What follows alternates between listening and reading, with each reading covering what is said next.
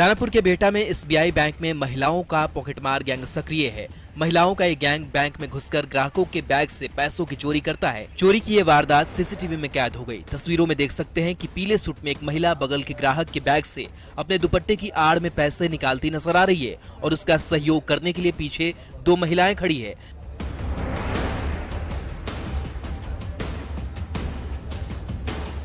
जब महिलाओं का गैंग चोरी कर लेता है तो वहां से चुपचाप निकल जाता है। घटना के बाद उस बैंक में हड़कंप मच गया। जब पीड़ित बैंक में पैसा जमा करने पहुंचा था और जब पैसे बैग से निकालने लगा तो गायब था, जिसके बाद वो काफी परेशान हो गया। जब बैंक प्रबंधन ने सीसीटीवी चेक किया तब महिला चोर गैंग की करतूत सामने आई, जिसमें बड़ी ही आसानी से 3 की संख्या में आई महिलाओं ने एक शख्स के बैग से पैसे निकाले और चलते बनी।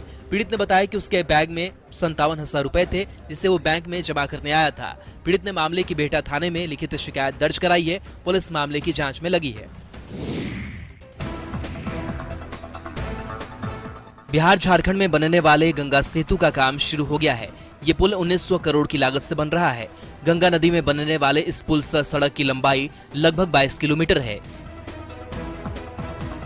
ये झारखंड के साहिबगंज से लेकर बिहार के कटिहार और पूर्णिया तक बनाया जाएगा। वहीं कटिहार में भी बीच गंगा में पुल के 42 पिलर का काम तेजी से जारी है और 2024 तक बनकर तैयार हो जाने की उम्मीद है। इस पुल के बन जाने से झारखंड से लेकर बिहार होते हुए नॉर्थ ईस्ट के राज्यों तक पहुंचना आसान हो जाएगा। जहां तक बिहार झारखंड की बात है, घंटों में तय होने वाली दूरी अब मिनट में तय हो जाएगी। साथ ही व्यापार और आपसी रिश्तों में भी मजबूती आने की उम्मीद है। बड़ी बात यह है कि स्थानीय लोग इसे केंद्र सरकार द्वारा दिए गए बड़े तोहफे के रूप में भी मान रहे हैं। उनका कहना है कि इस क्षेत्र में पुल बनने का सपना वो कई सालों से देखते आए हैं और अब जाकर उनका ये सपना पूरा हो रहा है, जिससे वे काफी खुश हैं।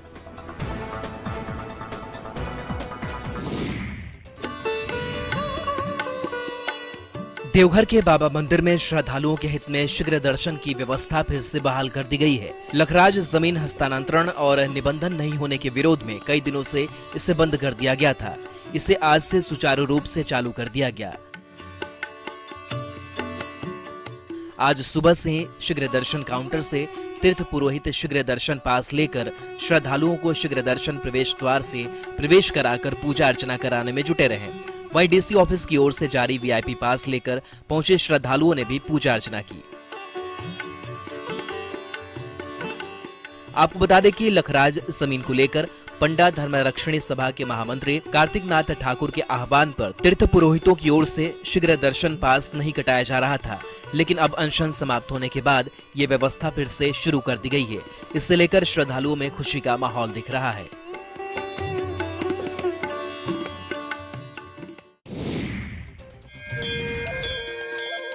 गढ़वा जिले की प्रसिद्ध मंदिर मां चतुर्भुजी मंदिर में चैत नवरात्रि में श्रद्धालुओं की भीड़ देखी जा रही है।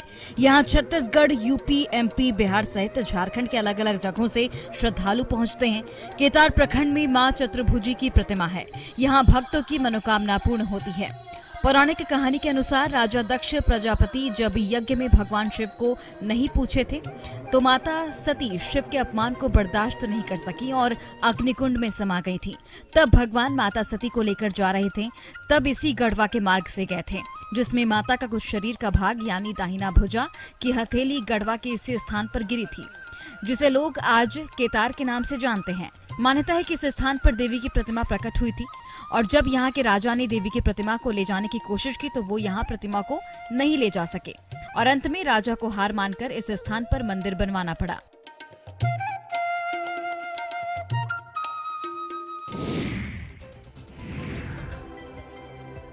कहा जाता है कि रक्तदान ही महादान है। रक्तदान से ना जाने कितने लोगों की जान बच जाती है और ना जाने कितने परिवार उजड़ने से बच जाते हैं। वहीं पटना में भी रक्तदान शिविर का आयोजन किया गया ताकि लोगों की सहायता की जा सके। दरअसल मुसल्लेपुर में किया यह रक्तदान शिविर यूनाइटेड ब्लड बैंक सोसाइटी की तरफ से आयोजित किया गया था, जिसमें 319 लोगों ने ब्लड डोनेट किया और लोगों की जान बचाने का प्रण लिया। इसका नेतृत्व अमरजीत कुमार, आमोद और राजेश गुप्ता ने किया। इनके नेतृत्व में लगभग 5000 से ज्यादा रक्तदान करने वाले लोग जुड़े हुए हैं, जो समय समय पर लोगों को जरूरत के हिसाब से ब्लड भी मुहैया कराते हैं और इसके लिए किसी से कोई चार्ज भी नहीं करते। इनका और इनकी टीम का यही प्रण है कि ब्लड की वजह से किसी की जान नहीं जाए और लोगों को बिना किसी परेशानी के ब्लड मिल सके। ये है बदलता बिहार, जहां लोग एक दूसरे की मदद करना चाहते हैं। कट्टा नहीं चलता है। यहाँ हम लोग एक दूसरे का सहयोग करते हैं, एक दूसरे की मदद करते हैं। आइए ना, बदलते हैं बिहार को। बेगूसराय में अपराधी बिल्कुल ही बेखौफ हो चुके हैं और लगातार लूटपाट और छिनतई जैसी घटनाओं को अंजाम दे रहे हैं। ताजा मामला नगर थाना क्षेत्र के सुभाष चौक के पास का है, जहां अपराधियों ने बीच बाजार एक युवती से मोबाइल लूट लिया। इतना ही नहीं, जब लड़की ने अपने मोबाइल को बचाने का प्रयास किया तो बाइक सवार अपराधियों के द्वारा उसके साथ मारपीट भी की गई। हालांकि ये पूरी घटना सीसीटीवी में कैद हो गई। तस्वीरों में साफ देखा जा सकता है कि एक युवती सड़क पर जा रही है और उसके एक हाथ में बैग है और वो फोन पर बात करते हुए जा रही है। तभी दो बाइक सवार बदमाश आते हैं और युवती से मोबाइल छीनने लगते हैं, लेकिन युवती भी कहां हार मानने वाली थी, वो बदमाशों से अपना मोबाइल बचाने की कोशिश करती है। इस दौरान अपराधी उससे काफी दूर तक घसीटते हैं, फिर उसके साथ मारपीट कर मोबाइल लेकर फरार हो जाते हैं। पीड़ित सीमा कुमारी ने आरोप लगाया कि वहां पुलिस की गाड़ी भी खड़ी थी, लेकिन पुलिस ने अपराधियों को पकड़ने का कोई प्रयास नहीं किया। जब अपराधी मौके से फरार हो गए तब पुलिस ने उससे पूछताछ करने लगी। फिलहाल पीड़ित ने अज्ञात अपराधियों के खिलाफ नगर थाने में लिखित शिकायत की है।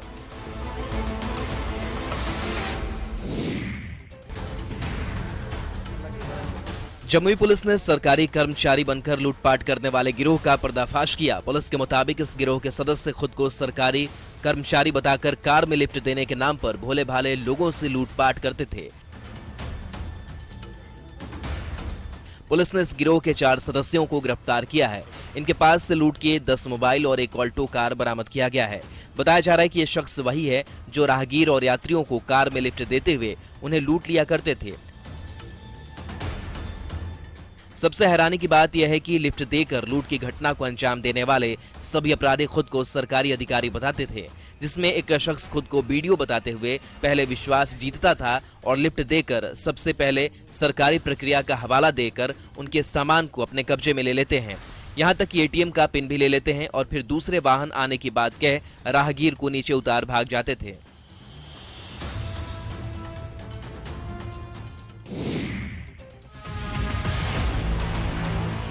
पुलिस और मद्य निषेध विभाग लगातार शराब तस्करों पर लगाम लगाने की कोशिश कर रहा है, लेकिन माफिया नए नए जुगाड़ लगाकर शराब तस्करी में लगे हुए हैं। लेकिन पुलिस भी इनके सारे पैंतरों पर पानी फेर रही है। इसी कड़ी में सीवान में पुलिस ने गुप्त सूचना के आधार पर एक पिकअप को जब्त किया, जिसमें शराब की खेप यूपी से बिहार लाई जा रही है। पिकअप में भारी मात्रा में शराब बरामद की गई। वहीं पिकअप चालक भी नशे में बताया जा रहा है। दरअसल मैरवा थाना नौकटोला रेलवे ढाला के पास पुलिस ने शराब की खेप को बरामद किया। जब्त शराब की कीमत करीब 3 लाख रुपए बताई जा रही है। तस्करों ने पिकअप में तहखाना बनाकर भारी मात्रा में शराब छिपाई थी। पुलिस की जांच में पिकअप से 212 लीटर अंग्रेजी शराब बरामद की गई है। गिरफ्तार चालक छपरा का रहने वाला है। वहीं पुलिस गाड़ी नंबर के आधार पर शराब माफिया की पहचान करने में जुटी हुई है। इधर विभाग का कहना है कि शराब माफिया पर कार्रवाई लगातार जारी रहेगी।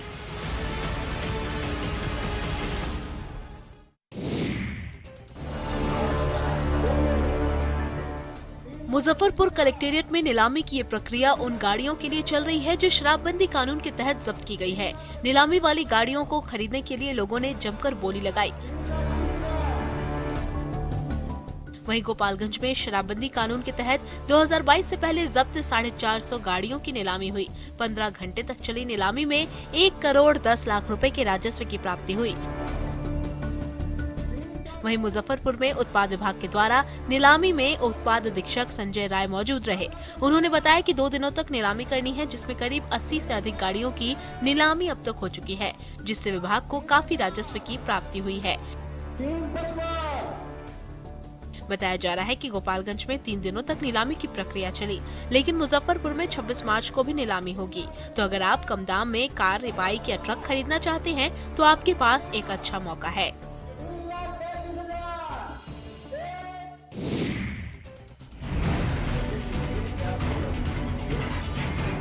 कैमूर में स्कूल में चोरी की लकड़ी से मिड डे मील बन रहा है। इस खुलासे के बाद अधिकारी हैरान रह गए। मामला रामपुर प्रखंड के सबार पंचायत के मिडिल स्कूल बहेरी का है, जहां मनरेगा के गेबियन से मिड डे मील बन रहा है। जांच के दौरान पता चला कि स्कूल में गैस सिलेंडर से खाना नहीं बनता है। मनरेगा विभाग की तरफ से पौधों की सुरक्षा के लिए लगाए गए गेबियन को चुराकर लाने के बाद बांस की लकड़ी से खाना बन रहा है।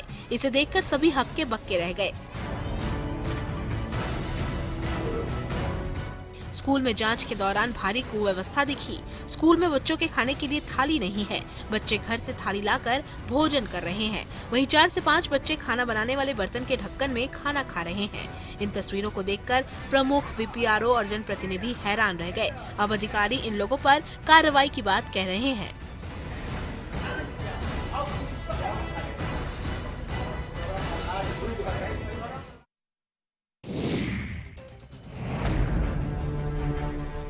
भागलपुर में स्मार्ट सिटी के नगर निगम में पिछले 1 माह से भी अधिक समय से बाबा साहब की आदमकद प्रतिमा नगर निगम के मुख्य भवन के सामने एक पेड़ के नीचे लाकर रख दी गई है। पिछले साल ही नगर निगम की बैठक में यहां पर प्रतिमा लगाने का प्रस्ताव भी पास हुआ था, लेकिन उसके बाद से आज तक जगह चिन्हित नहीं की गई, जिसके कारण प्रतिमा आज भी ढकी हुई है। वहीं अंबेडकर विभाग के पूर्व विभागाध्यक्ष का कहना है कि यह बाबा साहब का अपमान है। वहीं जिला परिषद अध्यक्ष भी कह रहे हैं कि संविधान निर्माता बाबा साहब का इस तरह से अपमान नहीं होना चाहिए। जब यह नगर निगम की बैठक में पारित हो चुका था कि यहाँ पर प्रतिमा लगाई जाएगी, उसके बाद महीनों से इसे यहाँ पर ढक के रखना कहीं से उचित नहीं है, जिसके लिए वह आंदोलन भी करेंगे। वहीं सबसे चौंकाने वाली बात है कि नगर निगम की मेयर डॉक्टर वसुंधरा लाल को इसके बारे में कोई जानकारी नहीं है, जबकि इसी रास्ते से वह रोज अपने कार्यालय जाती हैं। हालांकि उन्होंने जल्द ही प्रतिमा का अनावरण करने की बात कही है।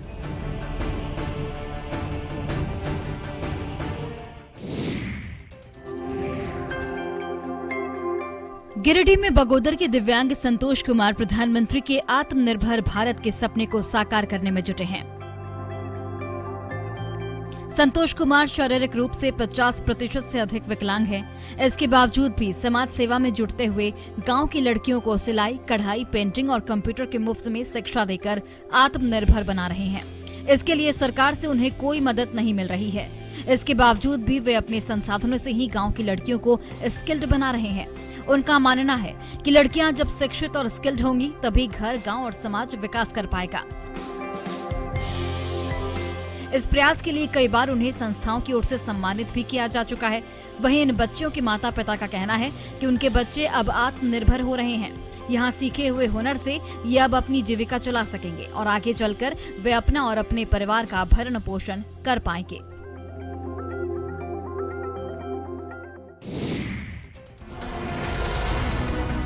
गढ़वा के बूढ़ा पहाड़ पर सीआरपीएफ की 172वीं बटालियन ने 24 घंटे में सड़क बनाकर नया रिकॉर्ड बनाया है। इस सड़क के बनने से अब सुरक्षा बलों का पहाड़ पर पहुंचना आसान हो गया है। अब ग्रामीणों को जहां सुविधा होगी, वहीं नक्सलियों के खिलाफ अभियान चलाने में सुरक्षा बलों को भी मदद मिलेगी। पहले बूढ़ा पहाड़ पर सुरक्षा बल के जवान 3 किलोमीटर की चढ़ाई कर पहुंचते थे, लेकिन अब सड़क बन जाने से आसानी से पहाड़ पर पहुंच सकेंगे। सीआरपीएफ कमांडेंट के मुताबिक ग्रामीणों ने अपने स्तर से सड़क का निर्माण किया था, जिसे सीआरपीएफ ने और चौड़ी करते हुए बेहतर बना दिया है। अब बाइक के साथ जेसीबी और ट्रैक्टर भी पहाड़ पर पहुंच सकेंगे। आगे आने वाले दिनों में यहां विकास निरंतर जारी रहेगा। दरअसल इस बूढ़ा पहाड़ के इर्द गिर्द नक्सलियों ने लैंड माइन्स बिछा रखा था, जिसके चलते सुरक्षा बलों को काफी परेशानी होती थी। बूढ़ा पहाड़ पर सुरक्षा जवान 3 किलोमीटर की चढ़ाई कर पहुंचते थे, लेकिन अब सड़क बन जाने से उन्हें सहूलियत होगी।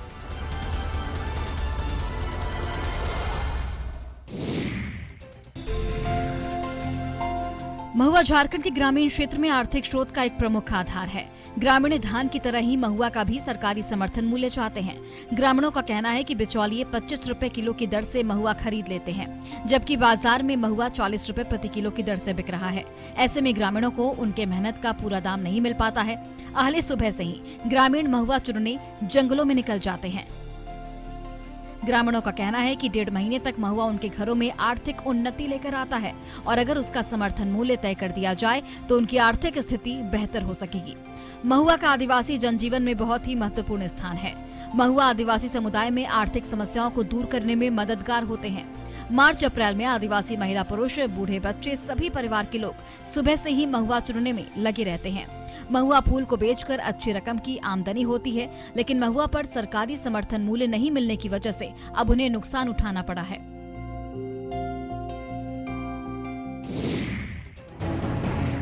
क्या आपने कभी किसी मुर्दा घर में अन्य ऑफिस को संचालित होते देखा है? अगर नहीं देखा तो आज हम आपको दिखाते हैं कि कैसे मुंगेर के सदर अस्पताल के शवगृह में 2 ऑफिस चल रहे हैं और कर्मचारी वहां बैठकर काम भी करते हैं। दरअसल अज्ञात शवों को सुरक्षित रखने के लिए अस्पताल परिसर में 7 साल पहले शवगृह का निर्माण कराया गया था, जहां 2 डीप फ्रीजर भी लगाया गया था, पर संसाधनों के अभाव में उसका उपयोग ही नहीं किया गया, जिसके कारण शव गृह में सदर अस्पताल के 2 विभाग के कार्यालय खोल दिए गए और पुराने पोस्टमार्टम हाउस में शवों के रखने की व्यवस्था होने के कारण शव लावारिस अवस्था में पड़े हुए हैं। 1 सप्ताह पहले भी जानवरों ने एक अज्ञात शव को नोच कर खा लिया था, जिसके बाद परिजनों को इसकी जानकारी मिली तो उन्होंने जमकर हंगामा मचाया था, जिसके बाद प्रशासन सजग हुआ, लेकिन अभी भी नए भवन में शव गृह को शुरू नहीं करवाया गया है। हालांकि डीएम नवीन कुमार ने मामले पर संज्ञान लेते हुए दोनों डीप फ्रीजर को तत्काल पुराने पोस्टमार्टम हाउस में ही चालू करवाने का निर्देश दिया है।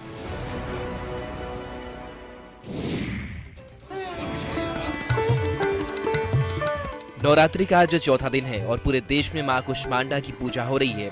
देवी मंदिरों में सुबह से ही भक्तों की भीड़ जुटने लगी है। शक्तिपीठ थावे दुर्गा मंदिर में मां कुष्मांडा की फूलों से भव्य श्रृंगार की गई।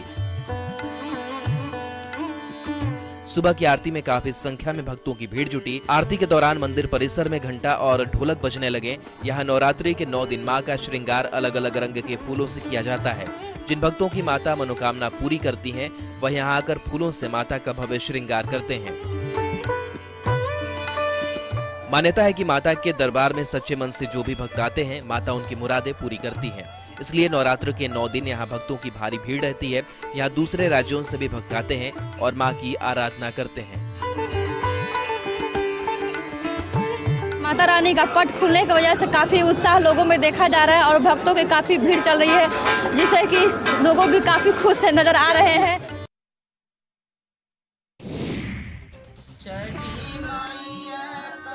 छठी मैया की गीत गाकर दौरा बना रही ये महिलाएं छठ व्रती हैं। तस्वीरें गोपालगंज के सदर प्रखंड के बसटीला गांव की है।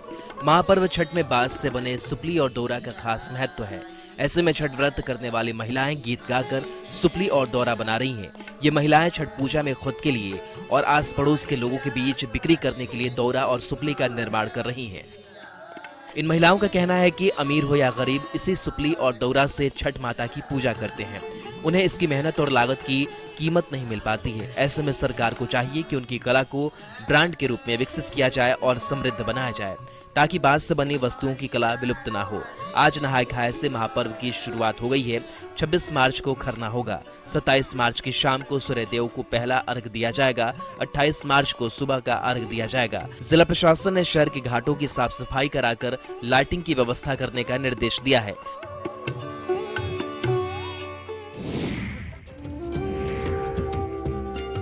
पटना के दुल्हिन बाजार के ऐतिहासिक उलार सूर्य मंदिर में चैती छठ पूजा को लेकर जिला प्रशासन की सभी तैयारियां पूरी हो गई हैं। इस बार 3 से 4 लाख छठ व्रतियों के आने की उम्मीद है, जिसे लेकर सुरक्षा व्यवस्था के लिए पुलिस बल की तैनाती भी कर दी गई है। जिला प्रशासन की तरफ से उलार सूर्य मंदिर के पोखर में भी एसडीआरएफ टीम की तैनाती होगी।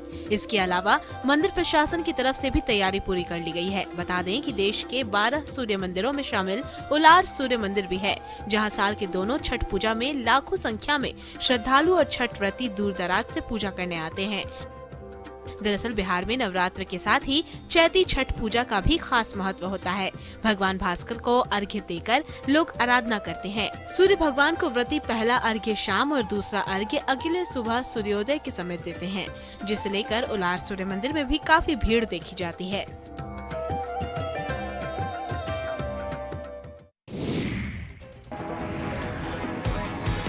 लाल जोड़े में सजी दुल्हन वैदिक मंत्रोच्चारण के बीच पूरे विधि विधान से लड़की की मांग में सिंदूर डाल रहा ये दूल्हा जनाब जेल से 4 घंटे के पेरोल पर निकला युवती का आशिक है। कोर्ट ने बालिग प्रेमिका से शादी करने के लिए 4 घंटे की पेरोल दी है। इस शादी में सुरक्षा के लिहाज से थावे दुर्गा मंदिर में शादी के दौरान काफी संख्या में पुलिसकर्मी भी मौजूद रहे। दरअसल पश्चिमी चंपारण का राहुल कुमार हाजीपुर में इंजीनियरिंग की पढ़ाई करता था। लखनऊ में एक सत्संग में परिवार के साथ राहुल गया हुआ था, जहां पर उसे काजल प्रजापति से प्यार हो गया। दोनों ने थावे दुर्गा मंदिर में आकर चोरी छिपे शादी रचा ली। कुछ दिन बाद जब लड़की की तबीयत खराब हो गई और उसे सदर अस्पताल में प्रेमी राहुल कुमार ने भर्ती कराया, तब वहां पुलिस पहुंच गई और राहुल कुमार को रेप के आरोप में गिरफ्तार कर लिया। दोनों के परिवार को इसकी जानकारी हुई। फिर लड़का लड़की के साथ दोनों का परिवार शादी के लिए राजी हुआ और उनकी शादी करा दी गई।